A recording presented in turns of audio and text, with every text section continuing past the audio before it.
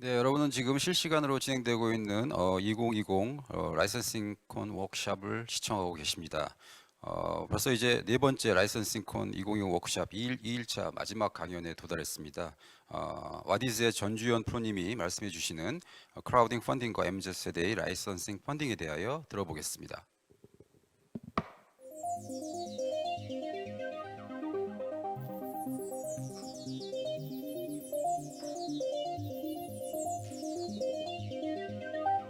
시작하면 될까요? 네, 안녕하세요. 처음 인사드리겠습니다. 와디즈의 전주현 PD라고 하고요. 오늘은 이제 크라우드 펀딩, 와디즈가 크라우드 펀딩 플랫폼으로서 많은 분들에게 선보이고 있기 때문에 여러분들이 궁금해하실 크라우드 펀딩의 어떤 마켓과 그리고 MZ세대가 좋아하는 라이선싱 펀딩이란 무엇인가 여기에 대해서 제가 차근히 한번 설명하는 시간을 갖도록 할게요. 우선 저의 소개부터 먼저 해야 될 것 같아요. 저는 와디즈에서 공연 컬처, 즉 이제 IP 쪽의 컬처 카테고리를 담당을 하고 있는 PD고요. 약 300건 이상의 프로젝트를 디렉팅하면서 다양한 창작자들을 만나고 있습니다. 여기 외에도 여러 이제 컨텐츠를 만드시는 분들, 창작자, 특히 이제 와디즈에서는 창작자분들을 메이커라고 표현을 하는데요. 그 메이커 분들이 이제 궁금한 곳이라면 제가 다 달려가서 이렇게 많은 컨설팅을 진행을 하고 있다고 이해해 주시면 좋을 것 같습니다. 일단 제가 주제를 그렇게 썼기 때문에 여러분들께서 가장 궁금한 게 무엇일까 했을 때 크라우드 펀딩이란 도대체 어떤 시장이고 어떤 사람들이 플레이를 하고 있는가, 그리고 두 번째로 크라우드 펀딩에서 잘 되고 있는 프로젝트들은 어떤 게 있을까, 나의 컨텐츠가 과연 잘 먹힐 수 있을까, 여기에 대한 고민이 가장 크지 않으실까, 저에게 가장 듣고 싶은 내용이 아닐까 생각을 했어요. 그래서 제가 하나의 사례를 좀 말씀드려 볼게요. 한 아티스트가 있어요. 그 아티스트는 음악을 정말 열심히 만듭니다. 작업실에서 혼자서 여러 음악들을 만들어내요. 그래서 여러 정말 명곡이 하나 탄생을 했어요. 근데 이 음악을 어떻게 소개를 해야 할지, 이 음악을 어떤 사람들이 좋아할지, 그리고 이 음악이 수익이 날지 여러 가지로 이제 유통이라든지 마케팅에 대한 고민이 있으실 거잖아요. 그랬을 때 이 아티스트가 뭘 생각해내냐면 펀딩을 해보자라고 생각을 합니다. 그래서 내가 만든 노래를 앨범으로 만들어서 여러 가지 굿즈들도 만들어 보고, 그래서 여러분 제가 이런 노래를 만들었는데 한번 들어보시고 정말 저에게 펀딩, 즉 투자를 해주시는 분들한테는 제 음악과 또 잘 어울리는 굿즈를 선물로 드릴게요 라고 프로젝트를 올리게 됩니다. 결과는 한 결과는 그분들을 이제 음악을 다 들으시고, 아, 이 음악 정말 좋다, 이 음악은 세상에 나와야 된다, 있게 하자라고 해서 펀딩을 시작합니다. 그분들을 저희는 서포터라고 불러요. 이 사례는 실제로 와디즈에서도 굉장히 많이 다뤄지고 있는 앨범 펀딩에 대한 부분이에요. 그래서 이렇게 자신의 컨텐츠를 만들었는데 어떻게 유통해야 될지 모르겠고 어떤 사람들을 좋아해 줄지 모르고 더 나아가서 수익이 돼서 내가 이 일을 지속 가능하게 할 수 있을까에 대한 퀘스천이 있다면 와디즈 펀딩을 한번 도전해 보셨으면 좋겠습니다. 실제로 저는 이제 와디즈 들어오기 전에 어떤 일을 했었냐면요, 이런 음악을 만드시는 분들이 좀 수익화가 될 수 있도록 하는 사업을 한번 해봤었어요. 그러면서 더욱이 좀 와디즈 펀딩에 대해서 매력을 느꼈고 더 많은 아티스트 분들을 만나고 싶어서 들어오게 된 것 같습니다. 와디즈는 생각보다 좀 많은 일들을 하고 있어요. 이제 아시는 분들은 크라우드 펀딩 플랫폼이다라고 아실 거고, 모르시는 분들은 아예 개념조차 생소하실 텐데, 크라우드 펀딩이라고 불리는 펀딩의 어떤 시장부터 시작해서 실제로 그것을 만날 수 있는 어떤 공간적인 서비스도 진행을 하고 있고요. 직접 투자를 하는 서비스도 있고, 혹은 이제 해외로 진출할 수 있도록 연계해주는 서비스까지 다양하게 존재하고 있습니다. 여기서 제가 오늘 좀 더 집중적으로 말씀드릴 것은 크라우드 펀딩이란 이에요. 좀 본론이 좀 늦게 나온 것 같은데, 크라우드 펀딩이란 무엇이냐면 1인 창작자부터 중소기업, 그리고 자신의 컨텐츠를 가진 어떤 창작자가 새로운 제품이나 서비스를 처음 선보여서 이제 대중들에게 투자를 직접 받는 것을 크라우드 펀딩이라고 해요. 그래서 크라우드, 즉 대중, 그리고 펀딩, 투자를 받는다라는 개념이죠. 여기에서 저 와디즈가 다루고 있는 크라우드 펀딩은 총 두 가지가 있는데, 보시면 리워드 펀딩 그리고 투자형 펀딩이라고 있습니다. 리워드형 펀딩은 굉장히 좀 분야가 다양해요. 실질적인 어떤 실물 혹은 무형의 서비스를 전달을 하고 이제 거기에 대해서 이제 실현이 되게끔 하는 자금을 조달받는 것을 리워드 펀딩이라고 말씀드리고 있고요. 투자형 펀딩 같은 경우에는 그 회사 자체의 IR 자료를 보고 이 회사가 투자할 만한 가치가 있는가에 대한 평가를 해서 어떤 이제 주식이라든지 채권 같은 것들을 발행하는 것을 투자형 펀딩이라고 합니다. 저는 오늘 좀 더 리워드형 펀딩에 집중해서 말씀을 드릴게요. 저는 이제 리워드형 펀딩 중에서도 아까 설명드렸다시피 공연 컬처라는 분야를 좀 더 집중적으로 많은 창작자분들과 만나고 컨설팅을 하고 있습니다. 와디즈의 마켓부터 좀 설명을 드릴게요. 여러분들이 크라우드 펀딩이 대충 이제 대중들에게 내가 어떤 투자를 받아서 이제 실현시키는 컨텐츠가 있다라는 것까지는 이해를 하셨을 텐데 이 시장이 얼마나 클까에 대한 고민도 있으실 거예요. 그래서 한번 가져와 봤는데 와디즈는 2012년부터 시작한 스타트업이고요. 중개 이제 금액으로 보시면 4천억이 넘는 규모이고 누적 프로젝트 오픈 건수로도 22,300여 건이 넘어가고 있는 상황입니다. 그래서 연도별로도 중개 금액을 보면 2018년 말부터 굉장히 좀 급성장을 하고 있는 시장이기도 해요. 그래서 여러분들이 크라우드 펀딩 얼마나 매력이 있을까 생각했을 때 이 숫자를 보시고 나도 이 급성장하는 이 마켓에 한번 합류해 보고 싶다라고 생각해 주셨으면 좋겠습니다. 월간 방문자 수도 가장 저한테 많이 물어보세요. 그래서 와디즈 얼마나 많이 사람들이 찾아와요? 크라우드 펀딩 얼마나 많은 사람들이 관심 있어요? 했을 때 월간 방문자 수가 1,000만 명이 넘어가고 있는 게 가장 최근의 데이터고요. 연령별 방문자라든지 성별 방문자도 좀 재밌어요. 연령별 방문자가 제가 이따가 MZ세대에 대해서 말씀을 또 드릴 텐데 25, 34 세대, 즉 이제 딱 우리가 밀레니얼 젠지라고 이제 표현하고 있는 이 모든 이제 서포터들이 와디즈하고 굉장히 결이 맞아 있다라고 보시면 될 것 같습니다. 거기에다가 성별은 조금 더 남성분들이 많은 경향을 보이고 있어요. 점차적으로 저희가 회원 수가 뭐 350만 명을 넘어가고 있는 상황에서 남녀 비율이 조금씩은 이제 비슷해지고 있긴 하지만 처음에 와디즈가 크라우드 펀딩이 각광을 받았던 파트가 테크 가전 쪽이다 보니까 좀 더 테키한 걸 좋아하시고 또 얼리어답터적인 성향을 가지신 분들이 많이 유입이 됐고 그 여파로 이제 남성분들이 좀 더 많다라고 봐주시면 좋을 것 같습니다. 일단 국내에서의 플랫폼이긴 하지만 와디즈에서 잘 성장한 컨텐츠는 저희가 얼마든지 해외로의 어떤 이제 유통 경로도 열어주려고 많은 노력을 하고 있어요. 그래서 실제로 이제 인디고고라던가 뭐 대만에서의 잭잭이라는 곳이라던가 일본에서 가장 큰 크라우드 펀딩 플랫폼인 마쿠아케라던가 뭐 펀디드 히어 이렇게 다양한 채널을 통해서도 와디즈에 잘 런칭이 됐다면 연계가 돼서 유통까지 해볼 수 있는 기회를 저희가 제공을 하고 있어요. 다 사실 되게 카테고리가 다양해요. 그래서 뭐 푸드라던가 뭐 뷰티라던가 여러 가지 카테고리가 있는데 오늘 이 컨텐츠 이 이제 강연을 보시는 분들은 아무래도 컨텐츠를 만드시고 본인의 IP를 가지고 사업을 하시는 분들이기 때문에 가장 유사한 유튜버에 대한 내용도 좀 가져와 봤어요. 화제 중심에 있는 피지컬 갤러리도 있고요. 그 다음에 아시는 분들은 아는 인도행 티켓이라는 것도 와디즈 펀딩을 통해서 본인들의 컨텐츠를 소개하고 그 소개된 컨텐츠가 많은 서포터들의 응원을 받아서 2억이 넘기도 하고 뭐 5천, 6천 정도의 그 펀딩 모금이 되어서 그분들이 자신의 컨텐츠를 실현하는 단계까지 갔던 이제 사례들이 여러 가지 있습니다. 사실 사례는 뒤에서 제가 훨씬 좀 많이 준비를 했는데요. 그때 좀 더 자세히 하나하나 설명드릴게요. 그래서 제가 말씀드리고 싶은 건 그거예요. 크라우드 펀딩이 뭐고 그 다음에 크라우드 펀딩이 현재 얼마나 많은 밀레니얼 젠지 세대에게 관심을 받고 있는가에 대한 부분을 좀 말씀드리고 싶었어요. 크라우드 펀딩은 단순히 어떤 마켓이나 유통은 아닙니다. 내가 가지고 있는 생각을 처음으로 실현하는 곳이에요. 그래서 얼리어답터들이 많기도 하고요. 근데 또 이제 MZ 세대의 특성이 또 그런 처음 경험하는 것들, 소통하는 것들에 대해서 굉장히 매력을 느끼고 있기 때문에 이 성장이 굉장히 가파르게 성장을 하고 있습니다. 이렇게 와디즈 펀딩, 즉 크라우드 펀딩의 시장은 시간이 지날수록 점점 많은 사람들에게 알려지고 있다고 생각해 주시면 좋을 것 같아요.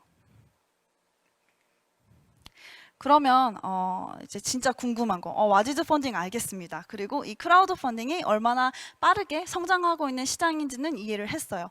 근데 내 컨텐츠가 먹힐까요?에 대한 부분에 대해서 좀 궁금하실 것 같아요. 여러분들을 하나하나 만나면 가장 좋은데 그럴 수 없기 때문에 제가 그간의 레퍼런스를 가져오면서 약간 재미있는 이야기를 하듯이 여러 사례들을 좀 설명을 드리겠습니다.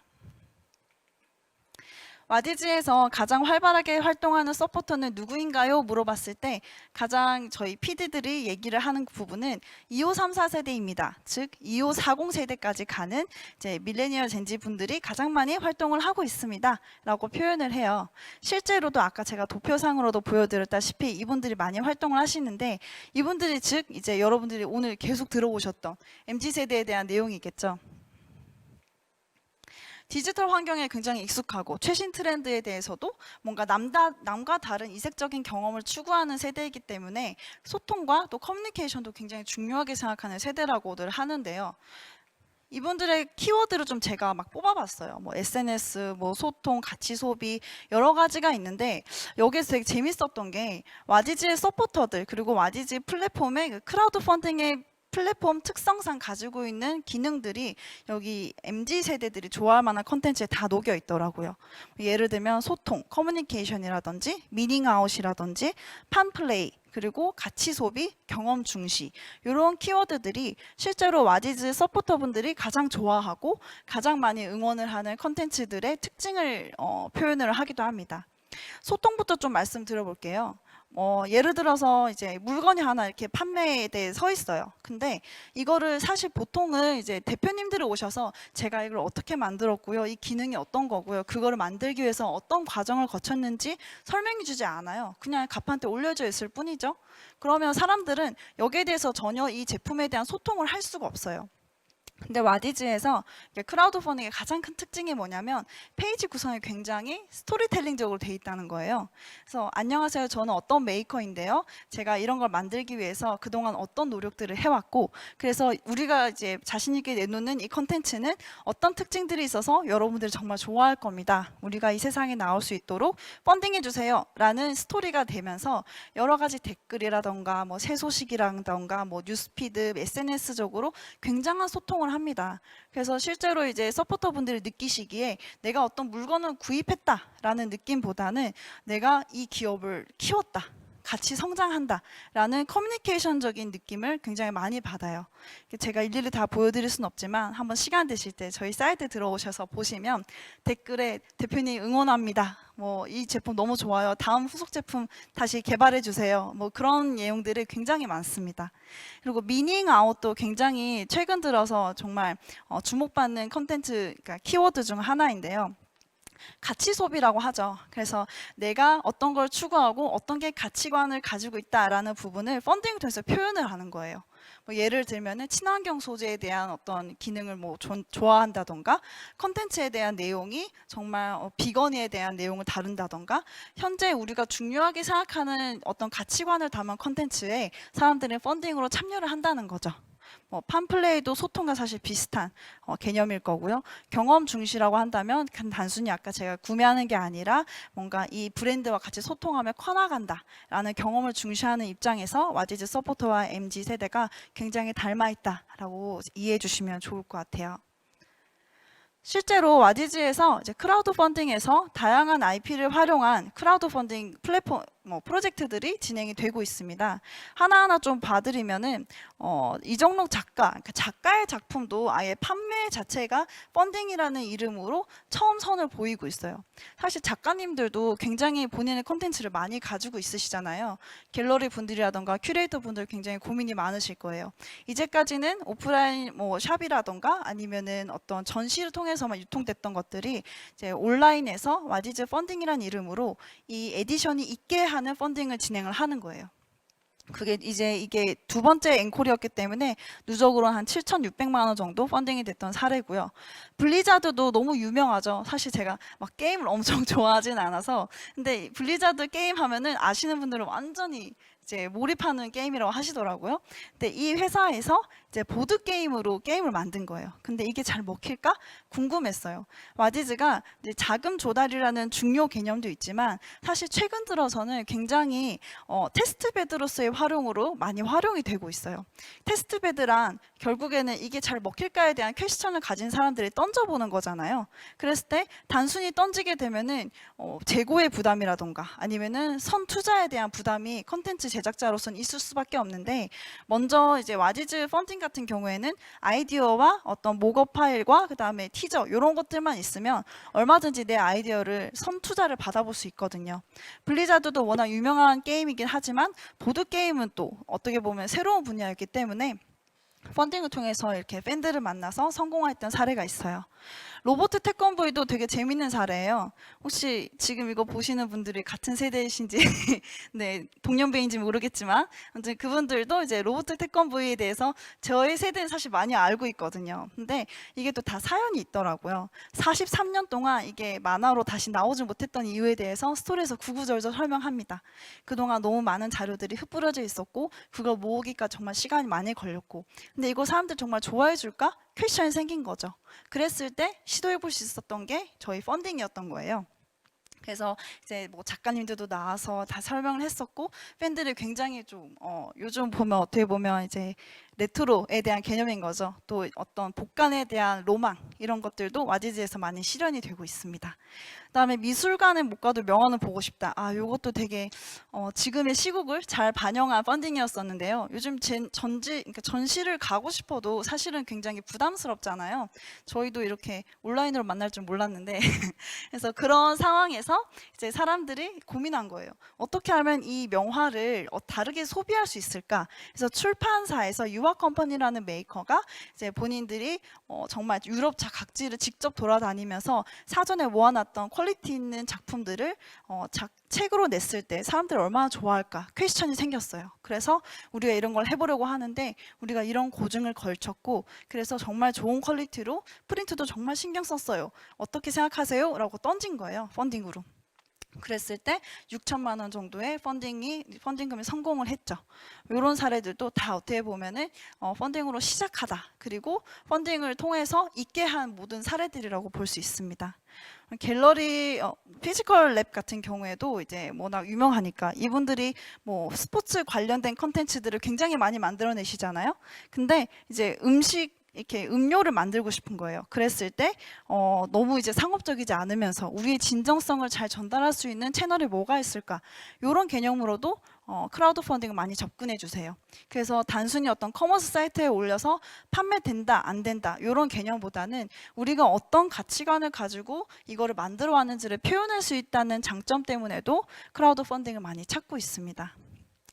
모트 레인보우 혹시 아실지 모르겠어요. 굉장히 인디 레이블인데 인디 안에서도 굉장히 매니아들이 많은 아티스트 분들이시거든요.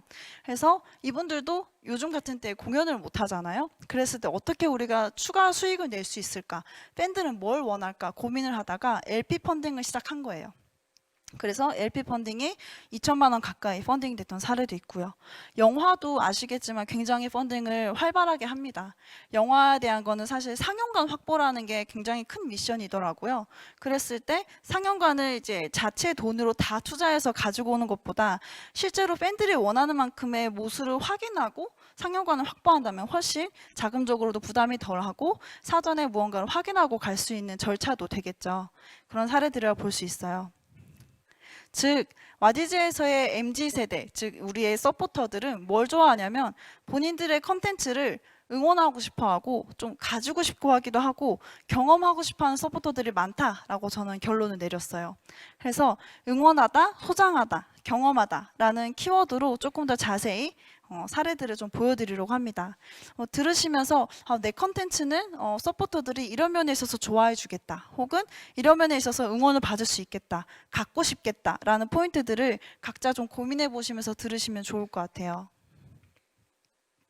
먼저 내가 좋아하는 컨텐츠를 응원하다인데 아까 좀 본 것도 있죠. 이 중에서 제가 하나 좀 설명을 드릴게, 웨딩 영상이에요. 공연 컬처 쪽에서 이제 김윤기라는 메이커님이 처음 시도했던 펀딩인데요. 웨딩 영상, 원래 이분은 영화를 하시는 분이었어요. 영화 전공을 하셨고, 근데 영화만으로는 자신의 커리어를 굉장히 좀 넓게 봐야 되잖아요. 그래서 그 가운데 사업을 하나 생각을 해내요. 친구분이 어떤 이제 나한테 좀 영상을 찍어줄 수 없겠냐. 결혼을 하는데 좀 의미 있게 찍고 싶다라고 해서 촬영해줬는데, 그러면서 웨딩 영상 시장을 알게 된 거예요. 뭐 제가 비하하는 발언은 아니지만 본인이 잘할 수 있는 포인트를 찾은 거죠. 좀 더 시네마틱한 연출이라던가 좀 더 스토리라던가 감정에 집중하는 포커싱을 해서 촬영을 해보면 사람들이 더 좋아하겠다. 그래서 개인으로서 한 창작자로 좀 시작을 하게 됐는데 그 성과가 굉장히 좋았어요. 처음에는 이제 한 열 몇 명, 20명 정도가 참여를 했던 펀딩이었었는데 점점 규모를 더해서 벌써 한 5차 펀딩까지도 지금 저랑 준비를 하고 계시거든요. 이런 식으로 기존 시장에서 봤을 때 난 더 잘할 수 있겠는데? 라는 컨텐츠가 있다면 기존 시장에서 느꼈을 서포터들의 어려운 점을 설명하면서 근데 저는 이런 것들을 해결할 수 있습니다 라는 포인트를 짚고 가시는 것도 컨텐츠 펀딩에 있어서 되게 좋은 포인트일 것 같아요. 그리고 여기 이제 렉시오라고, 혹시 게임 좋아하시는, 보드게임계에서 되게 유명한 게임 중 하나인데 아실지 모르겠어요. 근데 이 보드게임 같은 경우도 굉장히 시장이 작더라고요. 그리고 이제 렉시오가 또 사람들이 굉장히 유명한 게임임에도 불구하고 국내 게임이었던 것도 모르신 분들이 많았더라고요. 그래서 이 대표님께서 굉장히 좀 오랜 기간 동안 새롭게 리뉴얼된 게임을 못 내고 있었어요. 사실 경영의 어떤 어려움 때문에. 그런데 펀딩을 통해서 거의 2억에 가까운 펀딩을 받으셨고, 아, 렉시오를 이렇게 좋아하는 분들이 이렇게 많구나. 어떻게 보면 선주문 후생산을 할 수 있게 된 거예요. 그래서 이 회사가 다시 살아났다는 해피엔딩이 또 있습니다. 그다음에 컨텐츠를 소장하다라는 개념에 있어서도 서포터들을 굉장히 좋아해요. 그럼 왜 소장하고 싶을까에 대한 포인트를 우리가 잘 잡아야겠죠. 첫 번째로 이정록 작가님 작품은 아까 잠깐 제가 설명을 했는데, 이 작가님께서는 사실은 굉장히 유명한 포토그래퍼예요. 근데 저희가 포토그래퍼 혹시 얼마나 많이 아세요? 그 업계에 일하고 있지 않으면 사실 그 업계에서 아무리 유명한 사람도 대중적인 노출은 쉽지 않더라고요. 그래서 이 작가님께서는 이제 본인의 작품을 이제 미술품 대중화라는 그러니까 컨셉으로 여러 에디션을 만들어요. 근데 이거를 마땅히 소개할 만한 채널이 없어서 몇 년간 묵혀두셨대요. 근데 이거를 이제 저를 만나서 펀딩으로 진행을 하게 된 거죠. 그랬을 때 그 반응에서 저희가 잡았던 포인트가 뭐였냐면, 한정적이라는 가치, 그리고 이 포토그래퍼 분이 얼마나 좋은 이력을 가졌는지에 대한 어떤 히스토리, 그 다음에 제작하는 과정이 얼마나 고되고 되게 가치 있는 일인지, 이런 부분들을 좀 집중해서 스토리에 담았어요. 그러니까 사람들이 실제로 받아봤을 때 이정록 작가님은 알고 펀딩한 게 아닌데 이번 펀딩을 통해서 그분의 어떤 가치라든지 포인트를 알게 된 거예요. 그래서 너무 아름답다, 한 번 더 펀딩 해달라, 굉장히 이번 기회에 대중적인 팬들을 갖게 되신 사례이기도 합니다.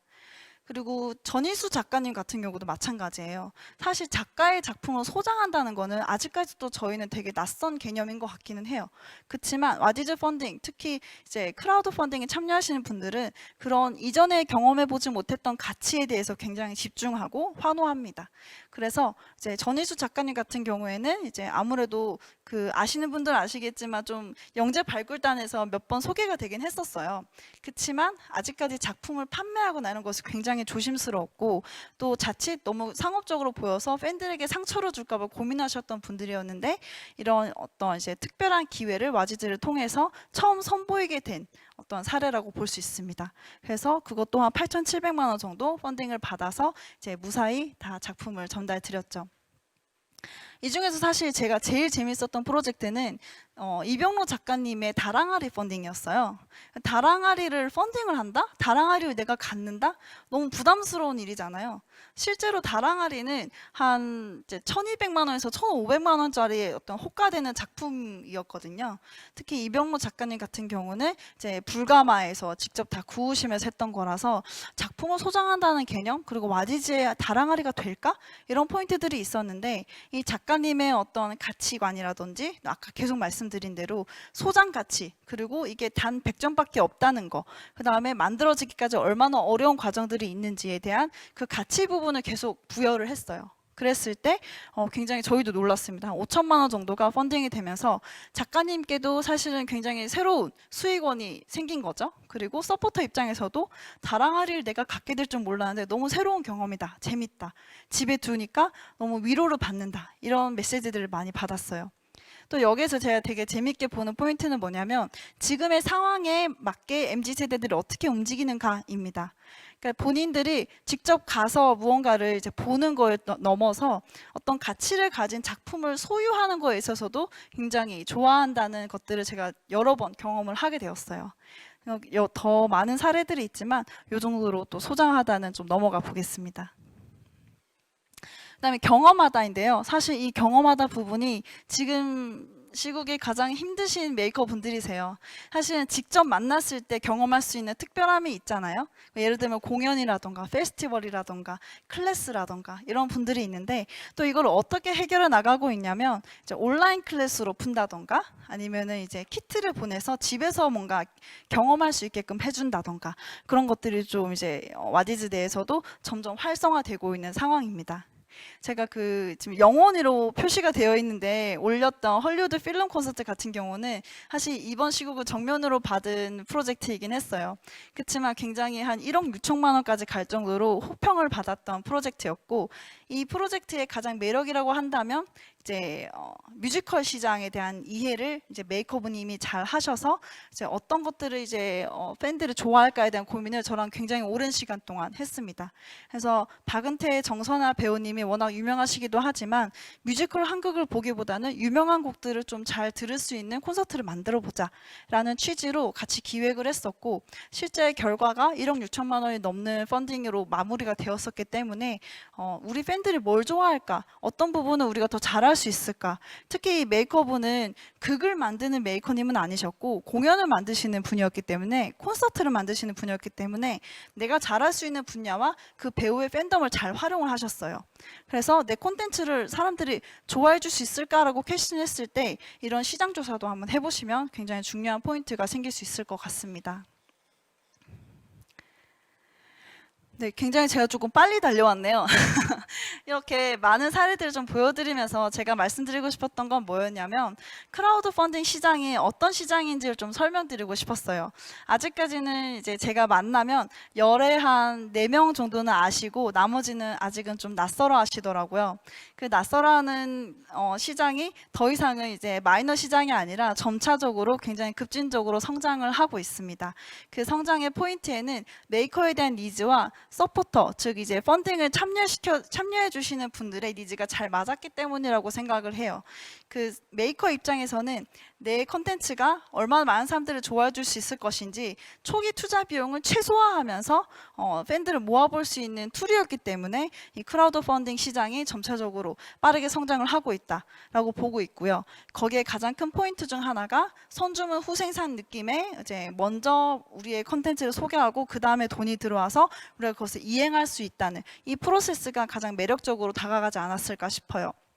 또 반대로 서포터들 입장에서는 다른 곳에선 볼 수 없었던 새로운 컨텐츠를 만날 수 있는 시장이 크라우드 펀딩 시장이었기 때문에 그래서 더욱더 열광했던 게 아닌가 싶습니다. 이런 컨텐츠나 이거 키워드가 MZ세대의 특징하고도 굉장히 결이 잘 맞아 있어서 그분들이 좋아하시는 어떤 얼리어답터적인 거, 처음 보는 거, 새로운 경험을 할 수 있는 것들이 펀딩을 통해서 많이 소개가 되고 있고 그래서 굉장히 빠르게 성장을 하고 있다고 생각하고 있어요. 물론 이제 와디즈는 공연 컬처, IP 컨텐츠만 메이커분들이 참여하시지는 않아요. 진짜 아까 처음 말씀드렸던 대로 뭐 이제 푸드라던가 아니면 홈리빙이라던가 디자인 소품이라던가 굉장히 다양한 카테고리가 있습니다. 그 안에서 공연 컬처, 즉 이제 우리의 컨텐츠 펀딩이 얼마나 잘 될 수 있을 것인가는 역으로 생각하면 그만큼 다양한 관심사를 가지신 분들이 그 플랫폼에서 굉장히 융화되고 있다는 걸 뜻하기도 해요.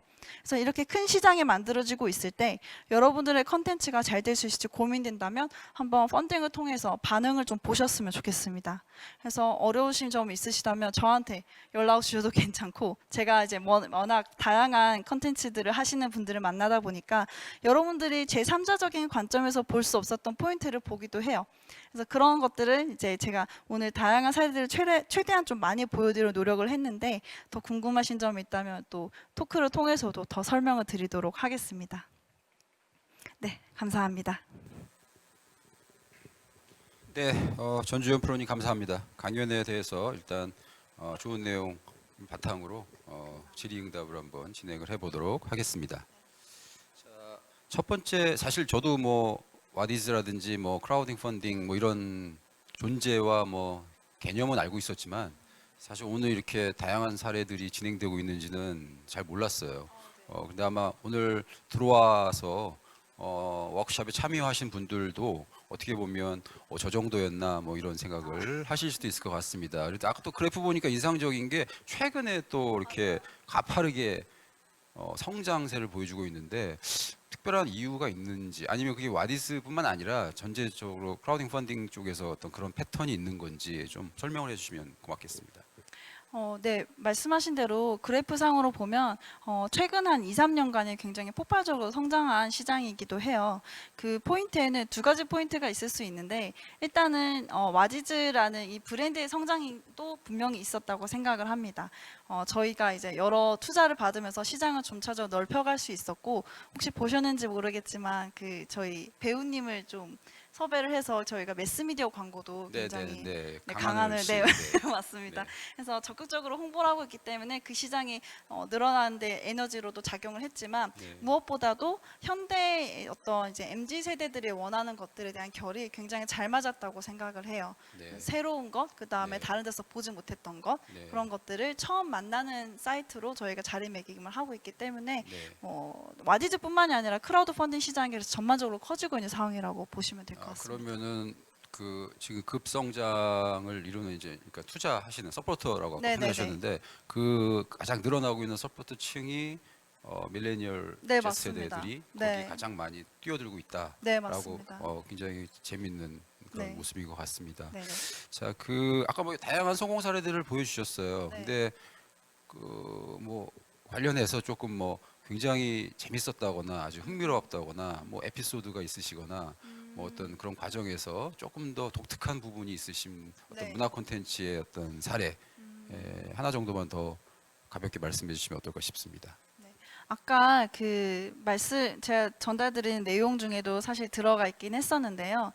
그 작가님들 쪽이 사실은 와디즈 입장에서도 새롭게 발견한 시장이기도 해요. 지금 저희 컨텐츠 안에서 이런 집에서 즐길 수 있는 온라인 클래스나 악기 부분, 그 다음에 이제 이런 작가님들 직접 본인의 작품을 판매를 할 수 있는 루트로서 와디즈 펀딩에 활용되는 사례 이런 부분들이 굉장히 좀 새롭습니다. 그래서 작품 펀딩도 저희가 처음 시작한 게 작년 하반기였어요. 얼마 되지 않은 시장인데 굉장히 이제 많은 호응을 보이고 있는 시장이기도 해서 와디즈 내에서 되게 확장되고 있는 경향을 보이고 있어요. 그래서 가장 기억에 남는 게 아무래도 처음 소개드렸던 이병로 작가님의 그 다랑아리 펀딩일 것 같아요. 네, 저희 내부적으로 되게 신기하게 생각하고 있습니다. 그러니까 근데 이제 또 어떤 면에서 보면 저런 이제 예술적인 영역에서의 작가분들 같은 경우에는 어떤 작품으로서 뭔가 다수에게 내 작품을 판다라고 하는 것들이 조금은 또 그런 것들을 꺼려하시는 분들도 있으실 것 같은데 네네. 그런 어떤 상충되는 점들은 없었나요? 좀 이런 말씀하신 대로 그렇게 생각하실 분도 분명 있어요. 왜냐하면 전통적인 미술 시장이라는 것이 굉장히 폐쇄적이었기 때문에. 근데 제가 만나는 작가님들은 기본적으로 미술품의 대중화, 내 작품을 더 많은 네. 사람들이 소장했으면 좋겠다라는 뜻에 동참을 해주신 작가님들이세요. 네. 그러다 보니까 이제 그런 레퍼런스들이 하나 둘씩 생겨나고 그렇게 되니까 처음에는 좀 보수적으로 생각하셨던 분들도 이게 되는구나. 이게 사람들이 이렇게 좋아해 주는구나를 새롭게 좀 깨달아가는 좀 이제 움트기 시작한 새로운 시장이 아닐까 싶습니다. 네. 아까 저 이제 발표 자료를 보면서 이건 어떻게 보면 좀 몰라서 드리는 질문일 수도 있는데 뭐 리워드 펀딩 쪽에서 성공이 아까 펀딩을 성공하셨다라고 표현을 하셨어요. 그게 정확하게 이제 어떤 의미로 성공이라고 말씀을 하시는 거고 또 결국 이제 리워드 펀딩은 투자자들 입장에서는 그 작품이나 경험을 내가 리워드 받는 자체가 일종의 그 대가인 거죠. 그런 부분들. 네, 그래서 맞습니다. 그 성공의 의미가 어떤 처음에 좀 초기 설정 예상 금액을 말씀하시는 건지 아니면 어떤 의미인지 조금 더 말씀해 주시면 고맙겠습니다. 제가 다양한 컨텐츠 메이커들을 만나면서 성공에 대한 개념을 두 가지 개념으로 좀 나눠서 설명드려요. 첫 번째로는 최소한의 금액입니다. 이게 달성이 돼야 우리가 이걸 실현할 수 있다라는 금액이 있어요. 다 이제 메이커들님마다 다 상황이 다르고 아까 만화문고에서 했던 복간 프로젝트 같은 경우에는 1,000만 원이 넘어야 그 이제 최소한의 어떤 실현 가능한 금액이 됐었어요. 그래서 어떤 최소한의 목표 금액들 세팅을 저희가 넘었을 때 성공이라고 표현합니다. 그게 넘지 않았을 경우에는 결제 자체가 되지 않는 게 크라우드 펀딩의 또 특징이기도 해요. 그래서 그럼 이제 네. 그 기준에 못 미치면 그냥 없었던 그렇죠. 네. 네. 아무것도 없었던 일이 되는 건데 또 두 번째 의미에서의 성공은 최소한의 목표금을 넘기고 우리가 어디까지 갈 수 있을 것인가에 대한 고민도 분명히 저랑 같이 해요. 그래서 이제 최소한 우리가 이거를 이행하려면 1,000만 원이 필요하지만 우리가 최대한 이거를 만들어낼 수 있는 개수가 이 정도 되니까 2만 원 사람들 더 모이면은 정말 우리 회사로서는 의미 있는 성공이 되겠다. 라는 얘기들도 많이 해주시거든요. 그래서 그런 부분들도 정성적인 평가에 의해서 넘었을 때 메이커님과 제가 우리 성공했다, 잘 만들었다라고 표현을 하기도 하죠. 차수 아까 막 말씀하셨잖아요. 가장 많이 그 진행됐었던 것들은 어느 정도 몇 차까지 추가로 그러니까 하나의 펀딩이 성공해서 한 번 더, 한 번 더, 네네. 요거 말씀하시는 네네. 건데 많이 한 메이커는 같은 컨텐츠는 아니고 조금씩 계속 개발을 하세요. 그런 식으로 했던 게 한 30번까지도 됐던 것 같습니다. 30번이요. 네. 그러면은 이분들 같은 경우에는 이런 펀딩 구조 안에서 이제 어느 정도 쌓으시면 그 바깥쪽에서의 어떤 개별적으로 뭔가를 더 하시는 데는 큰 제약이 없으신가요? 그런 부분은 오히려 와디즈가 굉장히 좀 크라우드 펀딩 자체가 그거를 돕는 어떤 시발점이 되는 채널인 거거든요. 네. 그래서 와디즈 펀딩을 통해서 혹은 크라우드 펀딩을 통해서 성공한 컨텐츠가 있다면 추후의 유통에 대해서도 적극적으로 알릴 수 있도록 메이커님한테 말씀을 많이 드리고 있어요. 네. 네. 그 어떤 플랫폼 입장에서는 또 당연히 그러셔야 될 것 같은데 그쵸. 사실 그냥 한 명의 서포터 입장에서 생각을 네네. 해보면 내가 저 작품이나 저 경험을 오로지 정말 유니크하게 나만의 어떤 무언가로 어떤 소장하고 싶다라고 하는 생각에서 펀딩을 해서 네네. 이런 부분들을 같이 이렇게 띄웠는데 네네. 그분이 잘 되셔서 네. 뭔가 더 매스하게 대중적으로 아. 나가는 것들을 네네. 어떻게 보면 굉장히 좀 배신감 이런 것들 느끼지 않을까 뭐 그런 건 없나요? 그럴 수 있을 것 같은데 네. 중요한 건 약속을 지키는 거라고 생각해요. 크라우드 펀딩은 신뢰가 굉장히 바탕이 네. 되는 시장이 돼야 되거든요. 네. 왜냐하면 아직 만들어지지 않은 처음 시작하는 것들을 응원하는 거기 때문에 그래서 그분들이 만약에 이 컨텐츠를 와디즈에서만 유통하겠다라고 공언한다면 다른 데서는 할 수가 없어요. 그거는 이제 우리가 지켜야 되는 약속인 거죠. 근데 그렇지 않고 한정 100개 까지는 이제 만들어서 다랑아리를 예로 들면 그래서 한 30개 정도는 펀딩을 통해서 응원이 됐어요. 나머지 70점들이 있잖아요. 그럼 와디즈에 처음 참여해 주신 얼리 어답터적인 분들은 가격적인 혜택을 좀 줄이기는 해요. 그래서 예를 들면 와디즈에서 50만 원의 펀딩을 했다 하면은 시중 유통에 나갈 때는 그 금액보다는 높여서 이제 나가게끔 하고 있어서 초반에 응원해 주셨던 분들에 대한 메리트는 분명히 좀 짚고 갈 수 있도록 디렉팅을 하고 있습니다. 저기 뭐 오늘 또 참여해주신 분이 올려주신 질문 하나 드리시면 뭐 네네. 하고 싶으신 분인 것 같습니다. 네네. 나의 첫 펀딩을 시작하려고 할 때 네네. 참고할 만한 팁 같은 것들 뭐 네네. 가장 궁금하신 내용이시겠죠? 그쵸, 네. 그쵸. 첫 펀딩을 시작하려고 할 때 가장 중요한 팁은 뭐냐면 나의 컨텐츠를 제3자적인 입장에서 어떤 게 유니크한 포인트인지를 파악하는 거예요. 사실 이게 굉장히 본인 혼자서는 힘들거든요. 제가 항상 첫 미팅 때 얘기를 많이 하는 부분이 당신만의 컨텐츠의 특장점을 5가지 한번 말씀해 주세요 라고 말씀드려요. 그 얘기를 하다 보면 이건 좀 약한데 느낌이 바로 오시기도 하고 요거는 우리가 자신 있어요 라고 말하는 어떤 기술력이라던가 아니면 표현력이라던가 아니면 같이 함께한 작가가 굉장히 명망이 있거나 좀 히스토리가 좋으신 분들이라던가 이런 포인트들이 좀 잡혀요. 그래서 가장 좋은 팁이라고 한다면 그런 포인트들이 잘 잡힌 사례들을 좀 보시기도 하면서 나의 컨텐츠를 제3자적인 서포터의 입장에서 어떤 포인트를 가장 좋아할 것인가를 파악해보는 연습을 해보시는 게 가장 중요할 것 같습니다. 그런 것들을 좀 기존에 이제 와디스에서 성공했었던 혹은 네네. 진행하셨던 그런 어떤 그 포인트들을 이런 이제 새롭게 하시려고 하시는 분들을 위해서 네네. 좀 레퍼런스를 뭐 저렇게 성공했다라고 끝나는 게 아니라 네네네. 아 이런 거는 이런 포인트가 네네. 있어서 펀딩을 성공을 한 거고 뭐 그런 부분들을 조금 더 오픈해서 제공해 주시면은 투자하시는 분들한테는 아니 네네. 처음 하시려고 분한테는 가이드가 좀 되지 않을까. 기업 그러면 비밀일 수도 있겠고요. 근데 뭐 페이지에 이미 공개를 해놨기 때문에 기밀이라고 볼 수는 없어서 하나 설명을 드리면 그 유학 컴퍼니 사례를 좀 들을 수 있을 것 같아요. 아까 그 이제 제가 잠깐 설명드렸던 출판 컨텐츠거든요. 근데 출판 즉 도록 같은 것들은 굉장히 다양하게 시중에 나와 있잖아요. 그 안에서 그 메이커님들은 어떤 포인트를 잡았냐면 다 그 현지에 있는 그 명화 원본을 봐가면서 색감에 대한 연구를 했다. 라는 부분이라던가 그래서 가장 그 원화와 흡사한 정도의 색감을 표현할 수 있도록 인쇄 기술에 대해서도 굉장히 고민을 많이 했고 이런 과정들을 거쳤다라고 투명하게 또 설명을 해주시고 그러면 이제 온라인이긴 하지만 서포터 입장에서 얼마나 좋길래? 라는 궁금증이 생기게 되는 것 같아요. 그런 포인트들이 자신만의 컨텐츠의 특장점이 되는 것 같습니다. 그리고 때로는 이제 같이 협력했던 어떤 고증에 도움을 주신 교수님들의 이야기를 하면서 그분들이 아 이거 정말 잘 만든 컨텐츠다 라고 추천사를 해주신다던가 그런 것들이 나의 컨텐츠의 신뢰도를 계속 높여나가는 포인트들이 되는 것 같아요. 네. 아까 좀 덜 유명하고 더 유명한 뭐 이런 개개인 창작자분들도 계시고 네네. 그다음에 또 뭐 전혀 뭐 신생 맞아요. 분들도 계시는데 어찌됐거나 그분들 입장에서 아마 와디스 뭐 홈페이지나 이런 데를 확인하시면 절차들은 소개가 돼 있을 수 있겠지만 네네. 그래도 조금 더 생동감 있게 만약에 아까 팁보다도 내가 이제 네네. 처음 와디스에서 펀딩을 받기 위한 일종의 네. 프로세스 네. 그런 것들을 좀 간략하게 한번 소개해 주시면 어떨까 싶습니다. 아, 네. 제가 친절하게 설명을 드리자면 네. 처음 저희 사이트에 들어오시면은 누구나 펀딩 프로젝트 오픈하기를 클릭하실 수 있어요. 그러면 메이커 정보라던가 이제 여러 가지 내 리워드에 대한 설명을 적습니다. 그랬을 때 가장 저희가 먼저 확인하는 게 뭐냐면 이게 시중에 유통됐던 것인가에 대한 포인트를 항상 먼저 확인을 하고요. 그리고 이 컨텐츠의 소유권이 정말 메이커님에게 있는지에 대한 검증도 반드시 거치게 돼요.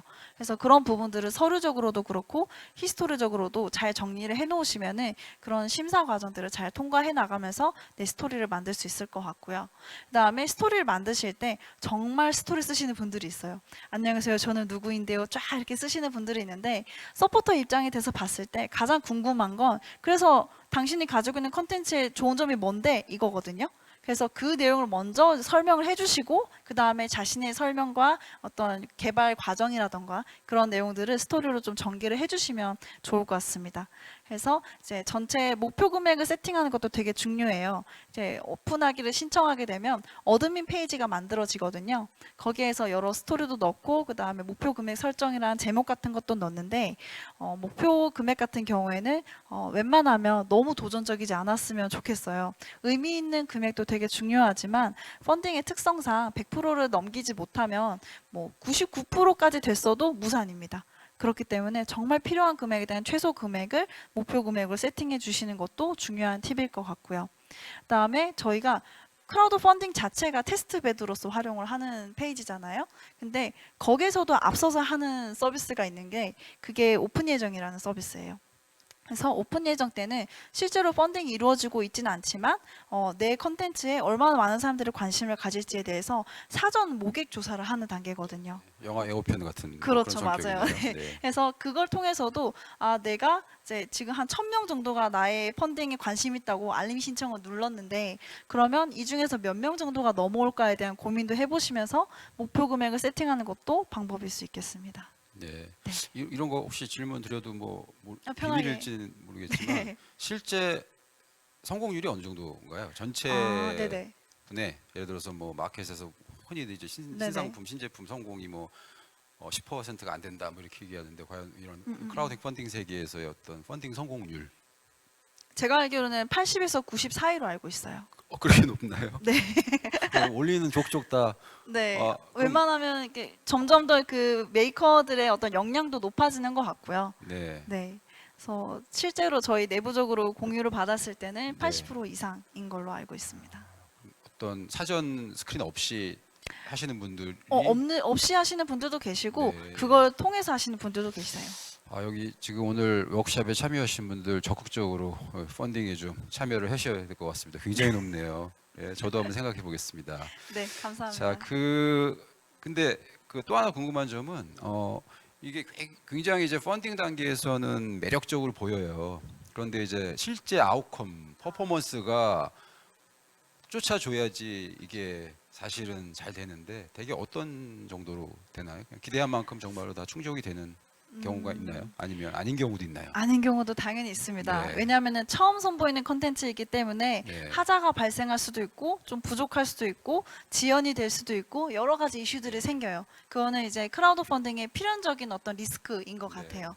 그래서 아까 제가 처음에 말씀드렸던 것처럼 신뢰성이 굉장히 중요하다.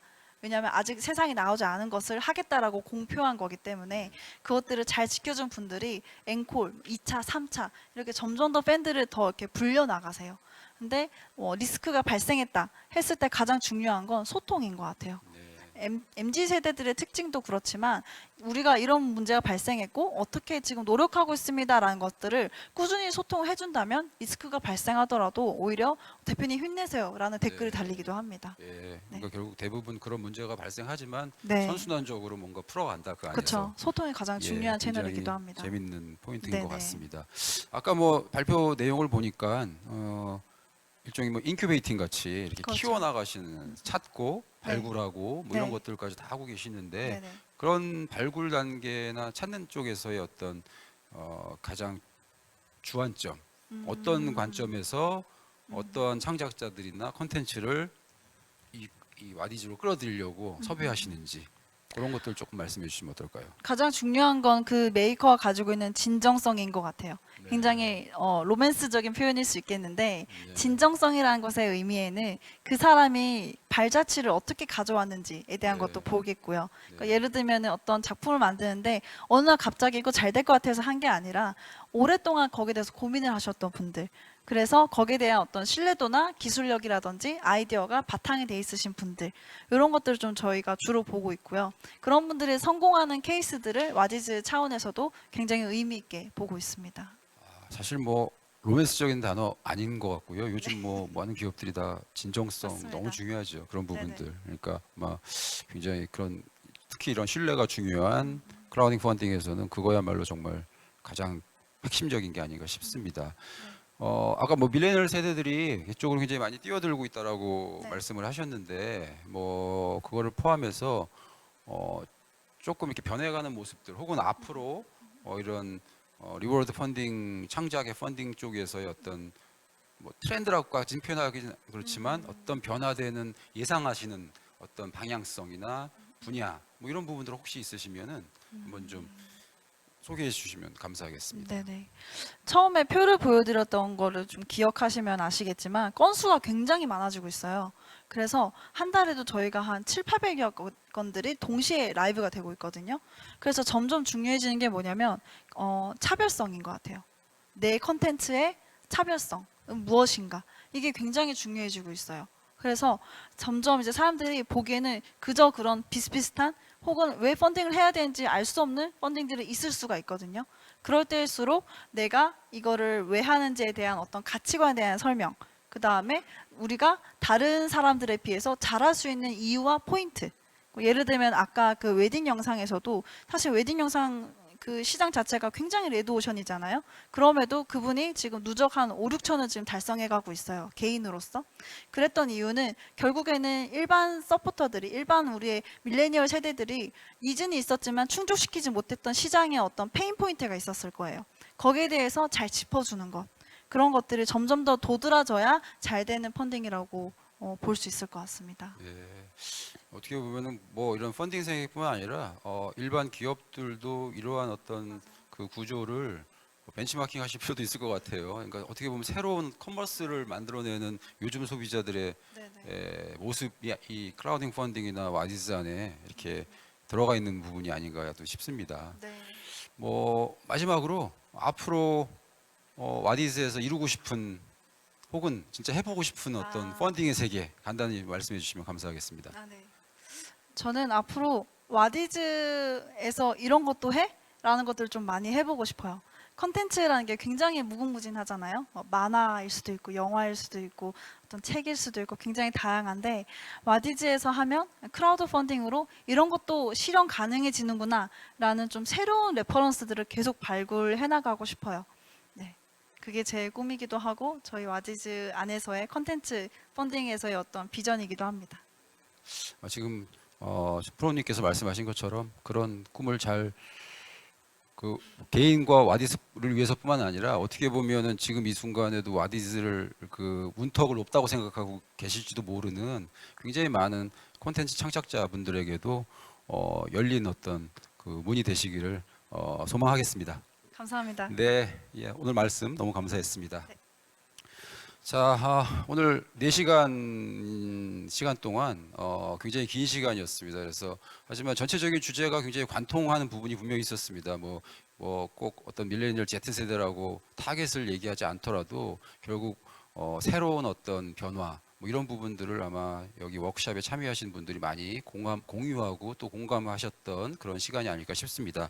자, 그래서 오늘 준비한 라이센싱콘 2020 워크숍은 여기서 마무리해 보도록 하겠습니다. 어제에 이어서 업계 종사자분들과 또 예비 전문가분들 또 학생분들 모두 유익한 시간이 되셨기를 바라겠습니다. 내일 이제 마지막 3일차에서는 정말 이제 더 한 발 더 나아가서 창업가를 위한 비즈니스 팁이다라고 한 조금 더 실무적인 주제로 워크숍이 진행이 됩니다. 그래서 라이선스콘 2020 워크숍의 마지막 일인 만큼 더 많은 관심과 참여 부탁드리겠습니다. 그래서 오늘 들어오신 분들 내일은 조금 더 다른 분들과 같이 더 들어오시면 감사하겠습니다. 오늘 워크숍 시청해 주셔서 감사합니다. 지금까지 진행 맡았었던 교수 김혜령이었습니다. 감사합니다.